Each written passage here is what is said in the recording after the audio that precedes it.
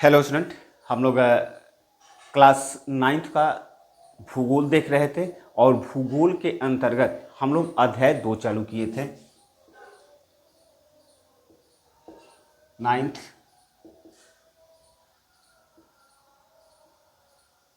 अध्याय 2 के अंतर्गत हम लोग इसके 2 पार्ट्स देख चुके हैं। ये भाग 3 और अध्याय का जो नाम है भारत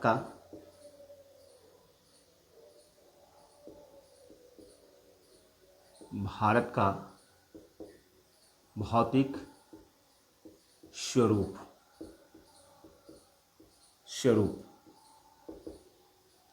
इसके अंतर्गत कुछ चीज़ें हम लोग देख चुके थे कि कैसे गोंडवाना लैंड की प्लेट टूटी और टूटने के बाद वह क्या होने लगी, प्रवाहित होने लगी। चूँकि गोंडवाना लैंड की जो प्लेट थी उसमें कई प्लेटें शामिल थी, जैसे दक्षिण अफ्रीका की बात करें, अंटार्कटिका की बात करें, अफ्रीका महाद्वीप की बात करें, चाहे ऑस्ट्रेलिया की बात करें।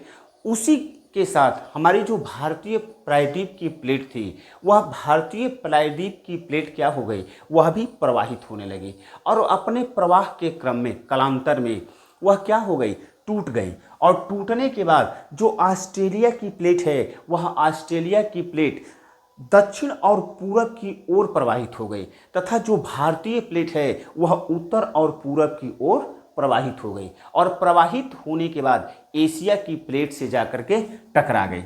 हम भारत का पहले मैप बनाते हैं। यहाँ पर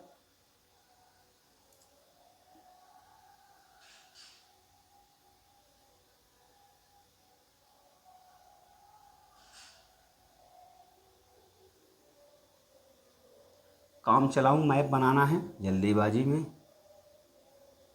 क्योंकि टाइम वेस्ट ना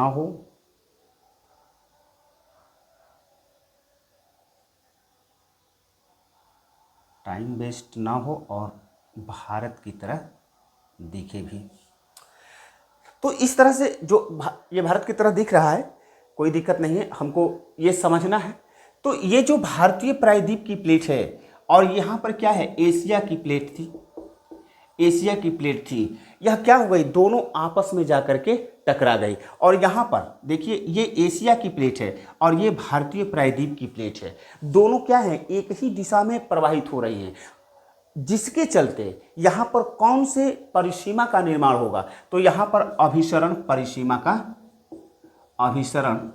परिसीमा का निर्माण हुआ। और हम जानते हैं कि अभिसरण परिसीमा, इसके भाग 2 में हम लोगों ने देखा था कि अभिसरण परिसीमा के अंतर्गत क्या होती हैं कि दो प्लेटें एक ही दिशा की ओर प्रवाहित होती हैं। वह प्रवाहित होने के क्रम में आपस में जाकर के टकरा जाती हैं। टकराने के बाद जो हल्की प्लेट होती है, वह हल्की प्लेट धीरे से नीचे खिसक जाती है, जबकि भारी प्लेट क्या होता है, उसके ऊपर चढ़ना प्रारंभ कर देता है, जिसके चलते उसके दोनों जो किनारे होते हैं, दोनों किनारे क्या होते हैं, ध्वस्त होते हैं, टूट जाते हैं। और यहाँ पर टूटने के कारण जो टेथिस जो सागर के अवसाद हैं, वह क्या हो गए, उत्तर के हिमालय के रूप में फैल गए। और इसी से हमारे उत्तर के हिमालय का निर्माण भी हुआ। और उत्तर के हिमालय के निर्माण के बाद जो नीचे गर्त बना, उसे हम लोग किस नाम से जानते हैं, तो नीचे जो गर्त बना उसको हम लोग उत्तर के विशाल मैदान के नाम से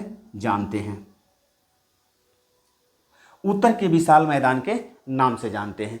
अब यहाँ पर हम लोग देखते हैं कि ये जो उत्तर के हिमालय का निर्माण हुआ, तो उत्तर के हिमालय को हम किस नाम से जानते हैं, तो नवीनतम बलित पर्वत।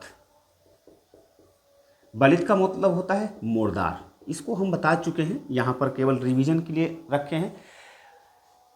अब मोरदार पर्वत का जो निर्माण हुआ, उस मोरदार पर्वत के विषय में हमको अध्ययन करना है। तो जो उत्तर के हिमालय है, उत्तर की हिमालय जो किस रूप में फैला हुआ, तो पश्चिम से पूरब की ओर फैला हुआ है।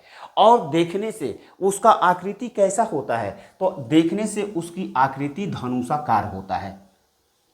देखने से उसकी आकृति जो है कैसा होता है, धनुषाकार या हम कह सकते हैं कि अर्ध चंद्राकार इसकी आकृति होती है। जो उसके उत्तर से और दक्षिण की ओर जो फैला हुआ है उसको हम लोग 3 भागों में विभक्त करते हैं, 3 भागों में विभक्त किया जाता है। अगर नंबर 1 की बात करें,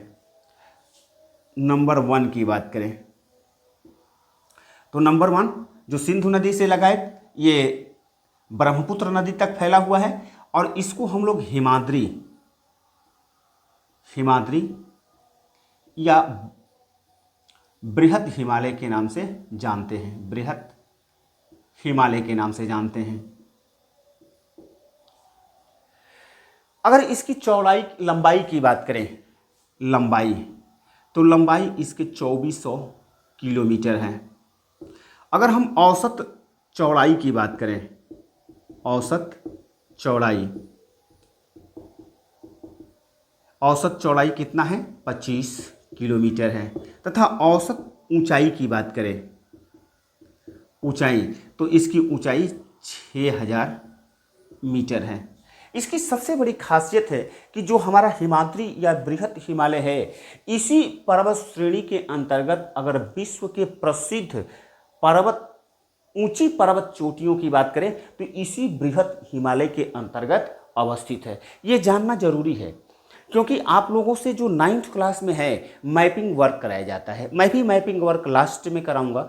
तो मैपिंग वर्क के अंतर्गत तमाम तरह के जो पर्वत श्रेणियां हैं चाहे दर्रे हैं इसी से पूछे जाते हैं। अब यहाँ पर जो यह स्पष्ट कर लेंगे कि बृहद हिमालय इस रूप में यानी कि धनुषाकार या अर्धचंद्राकार रूप में फैला हुआ है। यह क्या है? यह हिमालय का सबसे उत्तरी हिमालय पर्वत श्रेणी है और इसकी अगर लंबाई की बात करें तो 2400 किलोमीटर, अगर चौड़ाई की बात करें तो 25 किलोमीटर, औसतन ऊंचाई की बात करें तो 6000 मीटर। अगर हम बात करें कि इसमें विश्व की जो ऊंची पर्वत श्रेणियां अवस्थित हैं तो कौन कौन सी पर्वत श्रेणियां अवस्थित हैं, तो माउंट एवरेस्ट की बात करें, माउंट एवरेस्ट जिसकी ऊंचाई कितना है? 8848 मीटर। हालांकि कई किताबें ऐसी मिलेंगी जहां पर 8850 मीटर देता है। क्यों देता है? क्योंकि अभी भी उत्तर के हिमालय का निर्माण हो रहा है।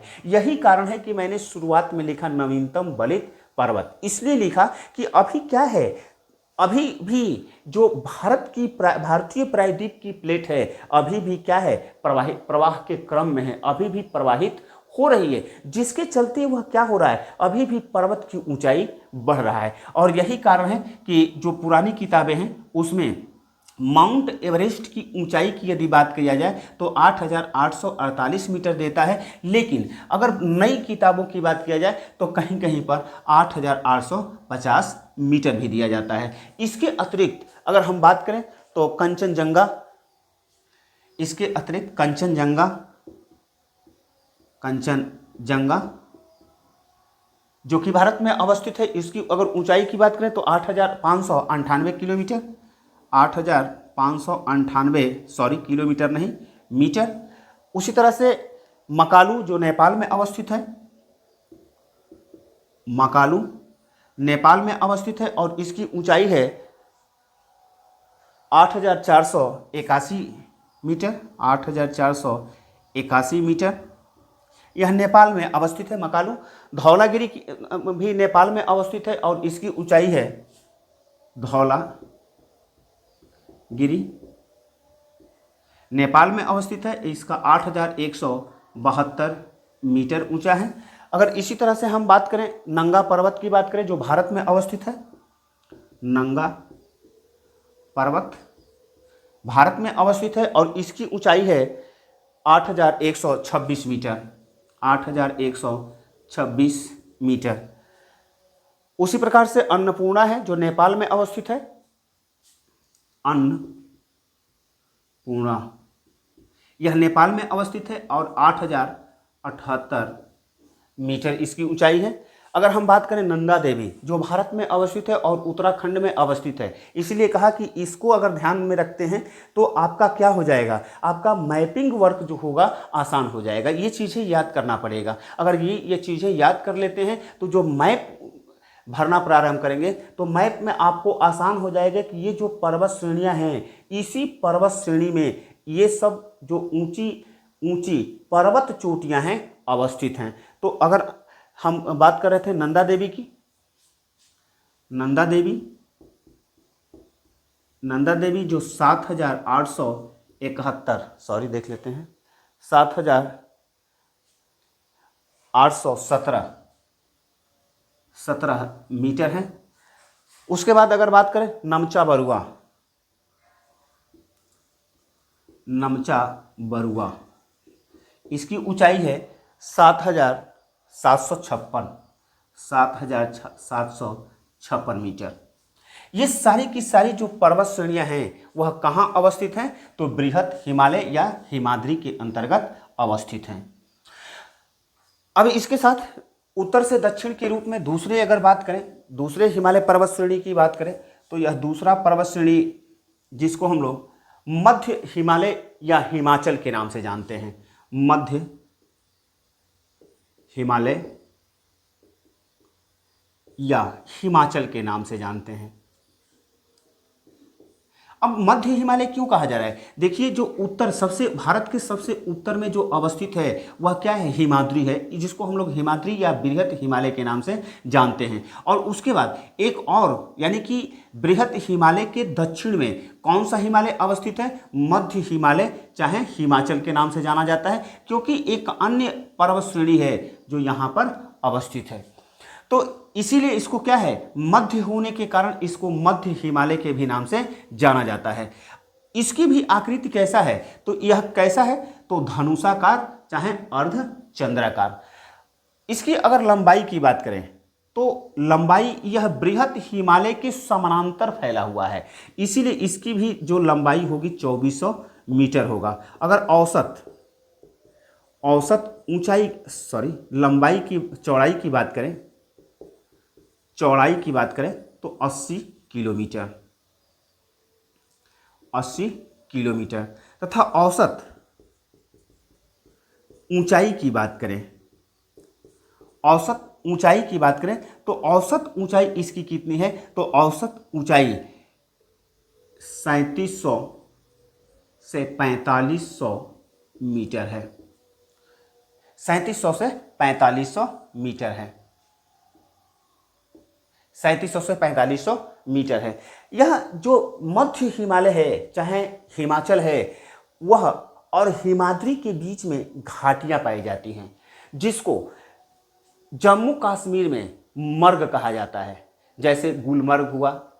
उसी प्रकार से जो यानी कि इसको पश्चिम में मर्ग तथा उसके पूर्व में क्या कहा जाता है,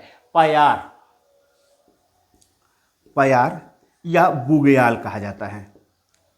बुग्याल का मतलब होता है या पयार का मतलब होता है, जो सही बात है कि हिमाद्री चाहे बृहत हिमालय तथा मध्य हिमालय के बीच में जो घाटियां पाई जाती हैं उसको मर्ग चाहे उसको पयार या बुग्याल के नाम से जाना जाता है। बुग्याल का मतलब क्या होता है, तो घास के मैदान, यानी यह क्या है, वह जो घाटी है उस पर घास के मैदान पाए जाते हैं। आप लोगों को याद होगा, चाहे अभी पढ़े नहीं होंगे, कभी इतिहास की किताब यानी 9th क्लास की इतिहास की किताब में चरवाहे अध्याय को पढ़िएगा, तो चरवाहे अध्याय के अंतर्गत क्या आता है कि गुजर बकरवाल चरवाहा समूह था, वह कहाँ, जम्मू कश्मीर का वह चरवाहा समूह था, और वह क्या करता था, इसी बुग्याल पर यानी घास के मैदान पर अपने पशुओं को चराया करता था, वह चरवाहा समूह है। तो यह क्या होता है, यह बृहत हिमालय तथा हिमाचल के बीच में जो घाटियां पाई जाती हैं उसको पश्चिम में मर्ग तथा उत्तराखंड की अगर बात किया जाए तो उत्तराखंड में इसे पयार या बुग्याल के नाम से जाना जाता है। अगर इसमें बात करें तो प्रमुख पर्वत श्रेणियां यानी कि जो मध्य हिमालय है, मध्य हिमालय में प्रमुख अगर पर्वत श्रेणियों की बात करें तो पीर पंजाल, इसको याद रखिएगा, पीर पंजाल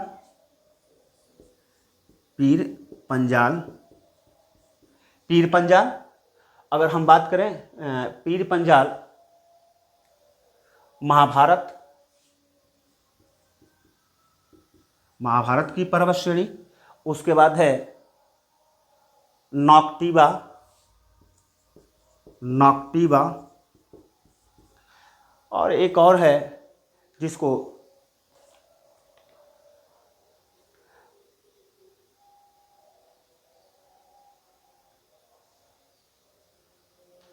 मानसरी, मानरी के नाम से जाना जाता है।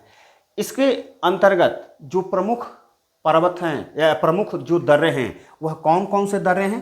तो पीर पंजाल दर्रा है, पीर पंजाल दर्रा तथा बनिहाल दर्रा, बनिहाल दर्रा। तो फिर से इसको रिवीजन करते हैं। जो हिमाद्री के दक्षिण में जो पर्वत श्रेणी अवस्थित है उसे हम लोग मध्य हिमालय के नाम से जानते हैं। उसकी अगर लंबाई की बात करें तो लंबाई 2400 किलोमीटर, यह भी हिमाद्री या बृहत हिमालय के समानांतर धनुषाकार तथा अर्धचंद्राकार के रूप में फैला हुआ है। अगर हम इसकी औसत चौड़ाई की बात करें तो 80 किलोमीटर, औसत यदि ऊंचाई की बात करें तो 3700 से 4500 मीटर। यदि हम बात करें कि इसके जो पूर्व में यानी कि जम्मू कश्मीर में जो ये इस बृहत हिमालय तथा हिमाचल के मध्य में जो घाटियां पाई जाती हैं उसे मर्ग कहा जाता है, और जम्मू कश्मीर में मर्ग कहा जाता है, जबकि उत्तराखंड में इसको क्या कहा जाता है?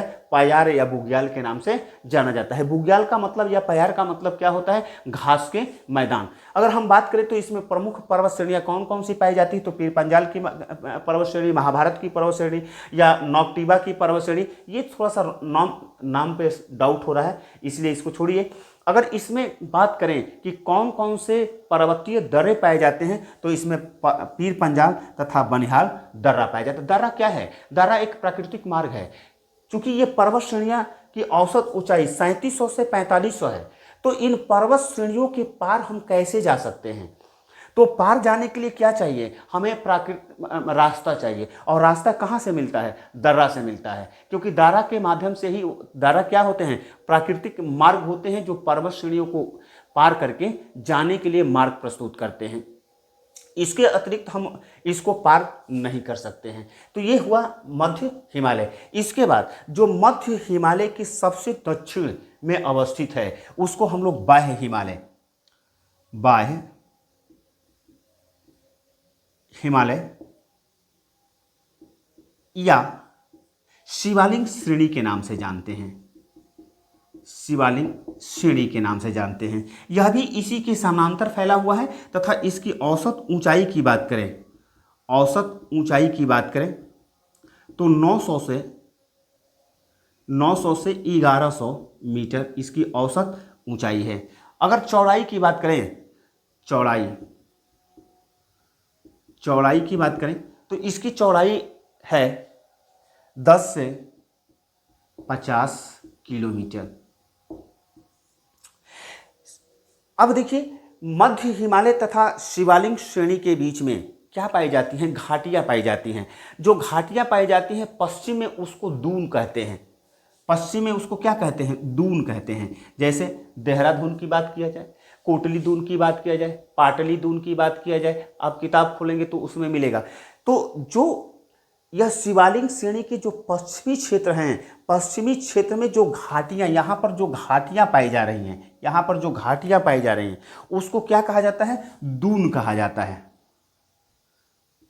दून कहा जाता है। जैसे कि कोटली दून, पाटली दून, यह देहरादून, यह तमाम तरह की जो चीज़ें आती हैं यह आता है। और इसको पूरब में क्या कहा जाता है? द्वार कहा जाता है। पूरब में इसको द्वार कहा जाता है, जैसे हरिद्वार, द्वार कहा जाता है। इसके अंतर्गत यही विशेष था।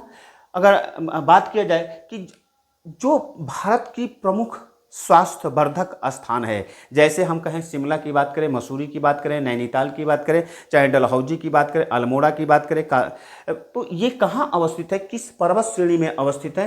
तो ये सभी के सभी जो भारत के स्वास्थ्य वर्धक स्थान हैं वह मध्य हिमालय या हिमाचल में अवस्थित हैं।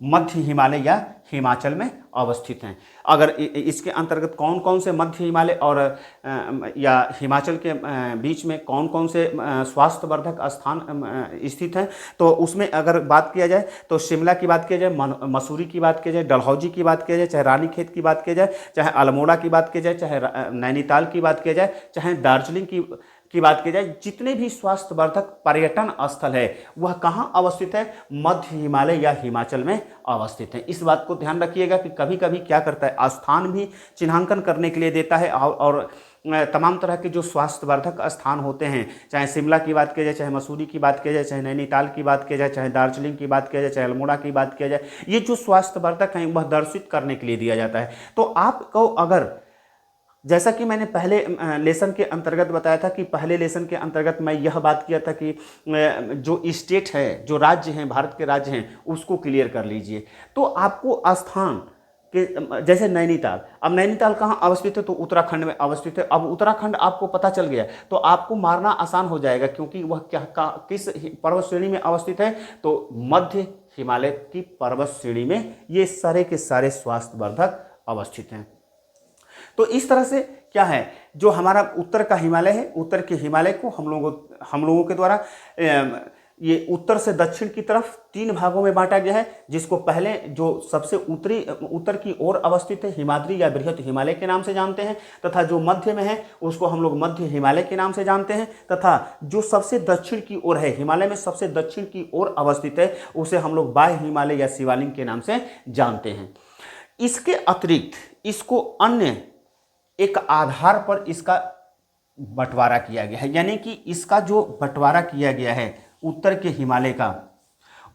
हिमालय का एक अन्य वर्गीकरण किया गया है पूरब से पश्चिम की ओर। अभी हम लोग क्या देख रहे थे, उत्तर से दक्षिण की ओर देख रहे थे, लेकिन अब क्या है, वह पश्चिम से पूरब की ओर फैला हुआ है। और पश्चिम से पूरब की ओर किस आधार पर, नदी घाटी के आधार पर इसको वर्गीकृत किया गया है। कितने भागों में वर्गीकृत किया गया है, 4 भागों में वर्गीकृत किया गया है। यहां से बहुत ही महत्वपूर्ण क्वेश्चन पूछता है, इसीलिए इस चीज को ध्यान रखने की जरूरत है।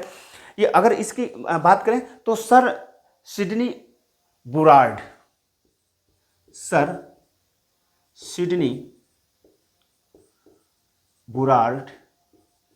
बुरार्ड के द्वारा यह नदी घाटी के आधार पर इसे 4 भागों में बांटा गया। 4 भागों में कौन सा, तो पंजाब हिमालय नंबर 1, नंबर 2 जगह छोड़ करके लिखते हैं क्योंकि लिखना है, और कुमाऊं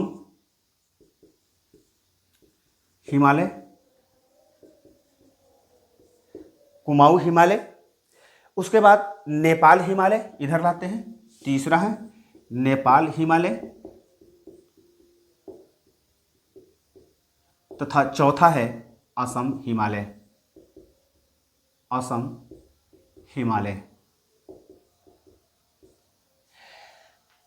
हालांकि इसको नदी घाटी के आधार पर यहां पर हम बताने का प्रयास कर रहे हैं, आप समझने का प्रयास कीजिएगा, लेकिन यह क्लियर कब होगा, जब भारत के अपवाह तंत्र को पढ़ेंगे, नदियों को पढ़ेंगे। लेकिन यहां पर जो पंजाब हिमालय है, कहां से कहां तक, सिंधु नदी से सतलुज नदी तक, वह उसको किस नाम से जाना जाता है, तो इसको हम लोग पंजाब हिमालय के नाम से जानते हैं। कहां से कहां तक, सिंधु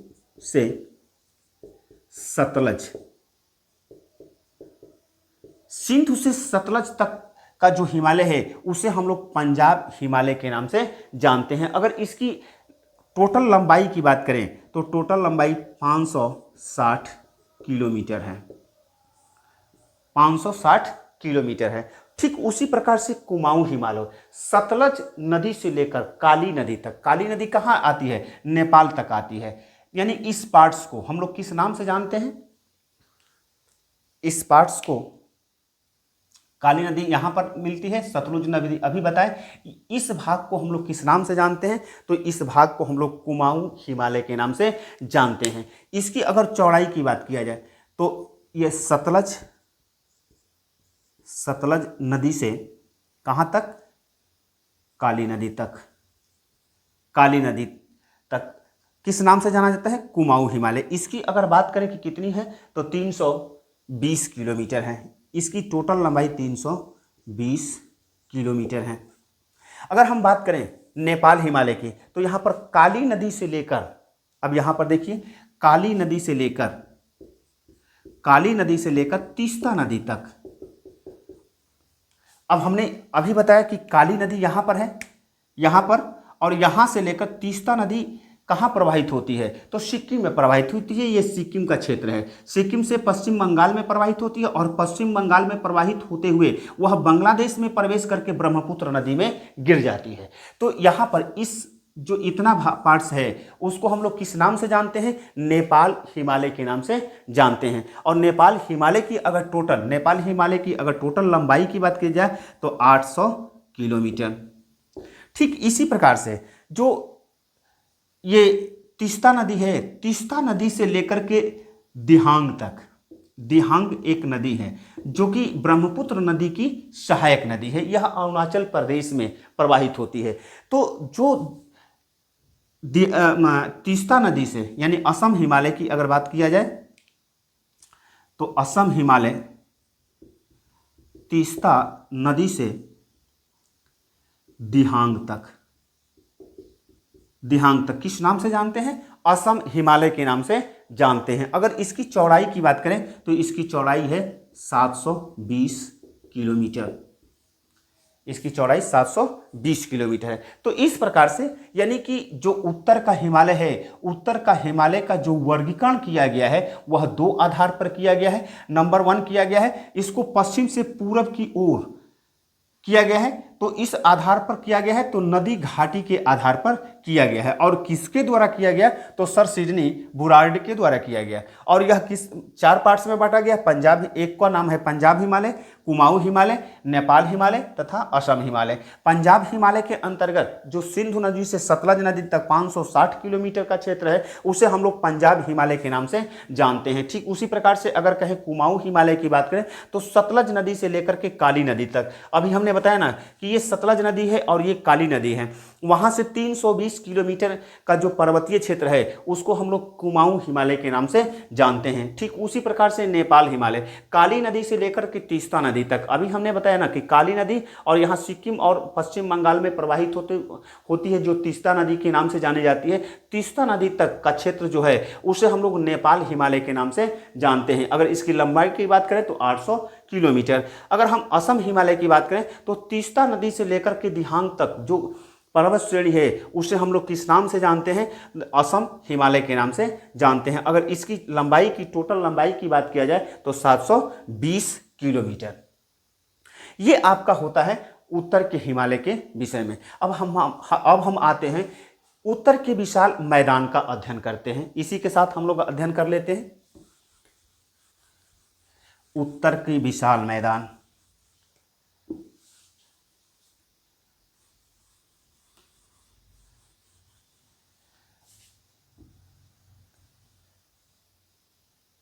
उत्तर के विशाल मैदान के विषय में तो अभी हमने बनाया था ये, हमने बता रखा है कि उत्तर के विशाल मैदान का निर्माण कैसे हुआ। तो उत्तर के विशाल मैदान के निर्माण के विषय में बताया था कि जब हिमालय का निर्माण हुआ तो जो हिमालय के जो ये क्षेत्र हैं, हिमालय की सब दक्षिणी क्षेत्र है, वहाँ पर गर्त उत्पन्न हुआ। और गर्त उत्पन्न होने के बाद कालांतर में यानी कि लाखों वर्षों तक जो हिमालय नदी है, हिमालय नदी उन नदियों को कहा जाता है जो हिमालय की ओर से प्रवाहित होती हैं। और प्रायद्वीपीय नदी, चाहे केन की बात करें, चाहे चंबल की बात करें, चाहे बेतवा की बात करें, चाहे सोन की बात करें, ये नदियां भी उत्तर के विशाल मैदान की ओर प्रवाहित होती हैं। तो इस प्रकार से जो हिमालयी नदी है तथा प्रायद्वीपीय नदियां जो अपने साथ अवसाद बहा करके ले गई, वह अवसाद के कारण वह क्या हो गया, यह गर्त धीरे धीरे भर गया। ये गर्त धीरे धीरे भर गया और भरने के बाद यह क्या बन गया, यह एक समतल मैदान के रूप में फैल गया। समतल मैदान के रूप में फैल गया और समतल मैदान के रूप में फैला तो उसे हम लोग किस नाम से जानते हैं, उत्तर के विशाल, सॉरी यह दिखाई नहीं दे रहा है, उत्तर के विशाल मैदान के नाम से जानते हैं। या इसको हम लोग सिंधु, गंगा,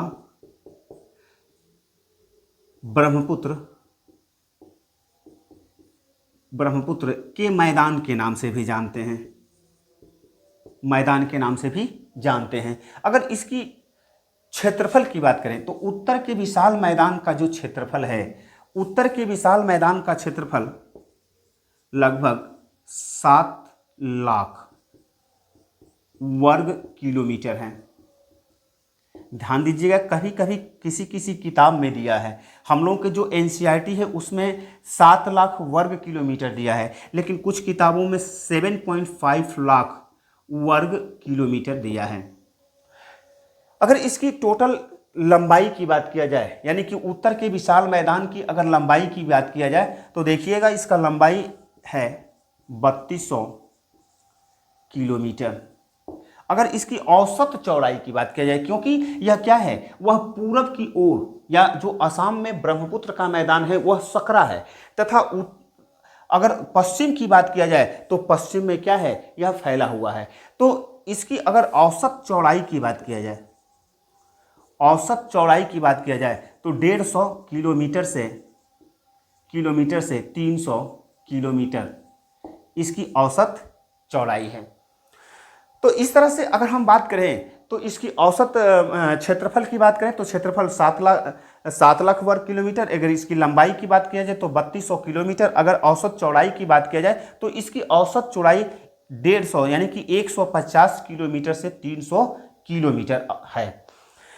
अगर हम बात करें कि उत्तर के विशाल मैदान की जो बनावट है, उस बनावट के आधार पर जो क्या पाया जाता है, यहाँ पर भाभर पाया जाता है। याद रखिएगा, भाभर क्या है, भाभर की जो चौड़ाई है वह 8 से 15 किलोमीटर का क्षेत्र है। यह भाभर उन क्षेत्रों में निर्मित होता है जब हिमालयी नदियां अपने प्रवाह के क्रम में, जब यह निर्माण हो रहा था, यानी कि हिमालय का निर्माण हो रहा था, और उस दौरान जो हिमालयी नदियां थी, हिमालयी नदियां अपने प्रवाह के साथ बड़े बड़े कंकड़, चट्टान तथा बजरी को जो तोड़ करके लाई, वह तोड़ करके लाने के बाद जो बजरी का निक्षेप करती चली गई, उससे किसका निर्माण हुआ, भाभर का निर्माण हुआ। यह क्या है, यह जो भाभर का निर्माण हुआ, इसके चलते यहाँ पर क्या होती है, जो हिमालय की नदियाँ प्रवाहित होती हैं, इस भाभर में प्रवेश करने के बाद वह क्या हो जाती है, लुप्त हो जाती हैं, दिखाई नहीं देती हैं। क्योंकि जो बड़े बड़े चट्टान हैं, चाहे बजरी है चाहे कंकड़ हैं, वह क्या होती हैं, वह पानी उसके अंदर चला जाता है, वहाँ पर जो छोटी नदियाँ हैं, सहायक नदियाँ हैं, वह दिखाई नहीं देती हैं। उसके बाद एक अन्य क्षेत्र का, इसके जो दक्षिण में जो क्षेत्र का निर्माण होता है, लगभग 20 से 25 किलोमीटर चौड़ी, उसको हम लोग तराई के नाम से जानते हैं। उसको हम लोग तराई के नाम से जानते हैं। होता क्या है कि जब भाभर में नदियां विलुप्त हो जाती हैं, तो विलुप्त होने के बाद जब बाहर नदियां निकलती हैं, जहां पर कुछ महीन मिट्टी के कण पाए जाते हैं, वहां जब नदियां निकलती हैं तो निकलने के बाद तराई क्षेत्र का निर्माण करती हैं। और तराई क्षेत्र कैसा क्षेत्र होता है, यह दलदली क्षेत्र होता है, यह दलदली क्षेत्र होता है। यद्यपि भारत और पाकिस्तान का जो बंटवारा हुआ, तो भारत और पाकिस्तान का जब बंटवारा हुआ तो इस दलदली क्षेत्र को कृषि योग्य मैदान में परिवर्तित कर दिया गया, और पाकिस्तान से आने वाले जो शरणार्थी हैं उनको रहने के लिए स्थान दिया गया। लेकिन यह जो तराई क्षेत्र है, यह तराई क्षेत्र में घने जंगल पाए जाते हैं, और जो हमारे उत्तर के जो वन्य जीव अभयारण्य बना हुआ है, जो राष्ट्रीय उद्यान बना हुआ है, इसी तराई के मैदान में अवस्थित हैं। चाहे हम चाहे हम दुधवा नेशनल पार्क की बात करें, चाहे कॉर्बेट नेशनल पार्क की बात करें, तमाम तरह के जो नेशनल पार्क हैं इसी तराई के मैदान में बने हुए। अगर हम बात करें जो उसके बाद, यानी कि हिमालय शिवालिक श्रेणी से जब नदियां उतरती हैं तो किसका निर्माण करती हैं? भाभर का निर्माण करती हैं। उसके बाद किसका निर्माण होता है? तराई का निर्माण होता है। और उसके नीचे किसका निर्माण करती हैं? तो बांगर का निर्माण करती हैं। बांगर उत्तर के विशाल मैदान का वह ऊंचा छज्जे जैसे आकृति है जहां पर कभी नदियां प्रवाह के क्रम में अपना बाढ़ का पानी फैलाती थी, लेकिन अब क्या है, उसमें ऊंचाई हो गया है।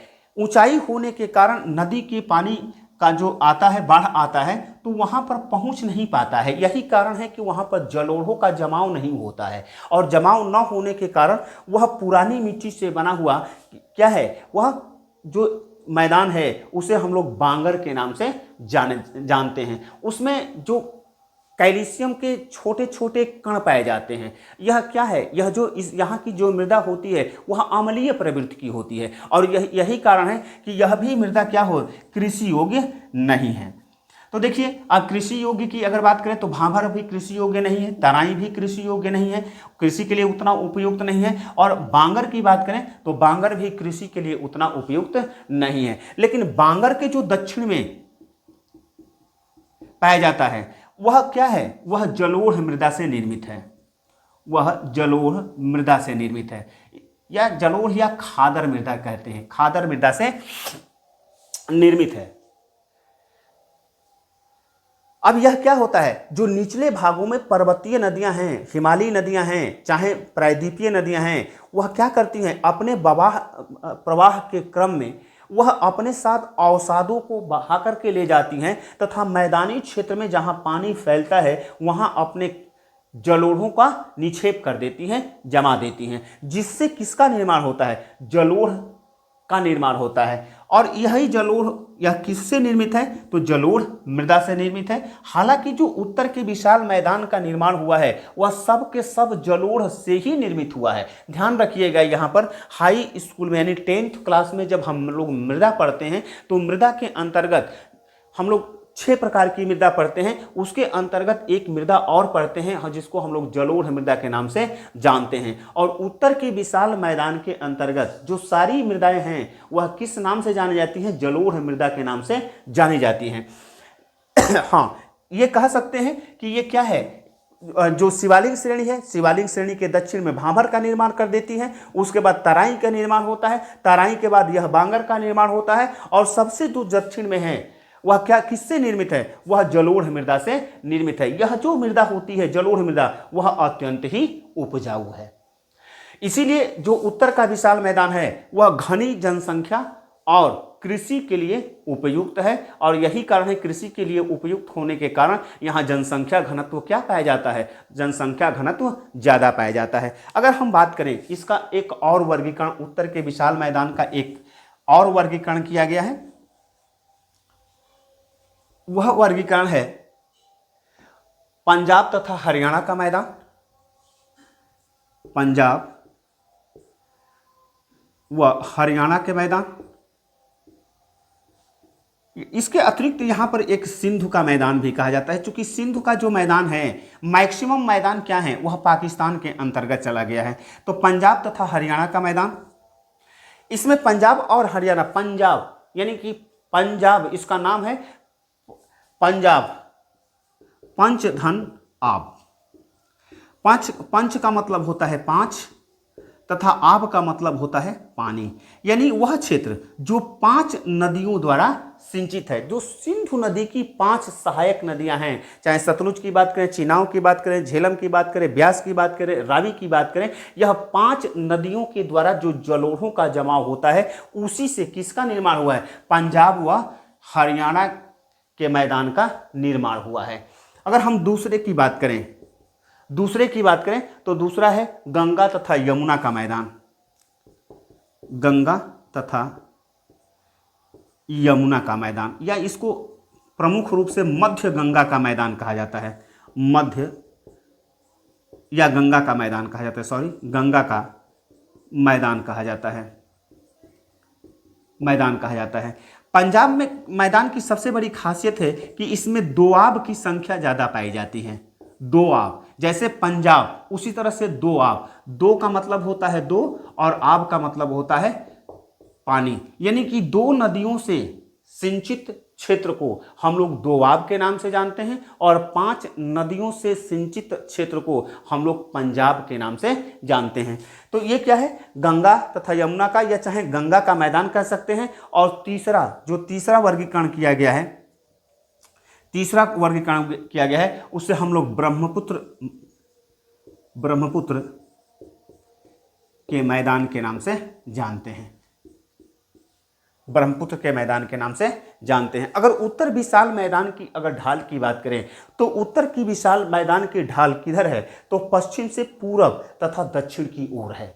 यही कारण है कि जो उत्तरी हिमालय से हिमालयी नदी जब निकलती है तो वह किधर से निकलती है, यह अगर सिंधु नदी की छोड़ दिया जाए तो सिंधु नदी तो यहाँ से निकल करके यहाँ आती है और इस तरह से पाकिस्तान में प्रवेश कर जाती है, लेकिन और इसकी सहायक नदियाँ इस तरह से लगी हुई हैं।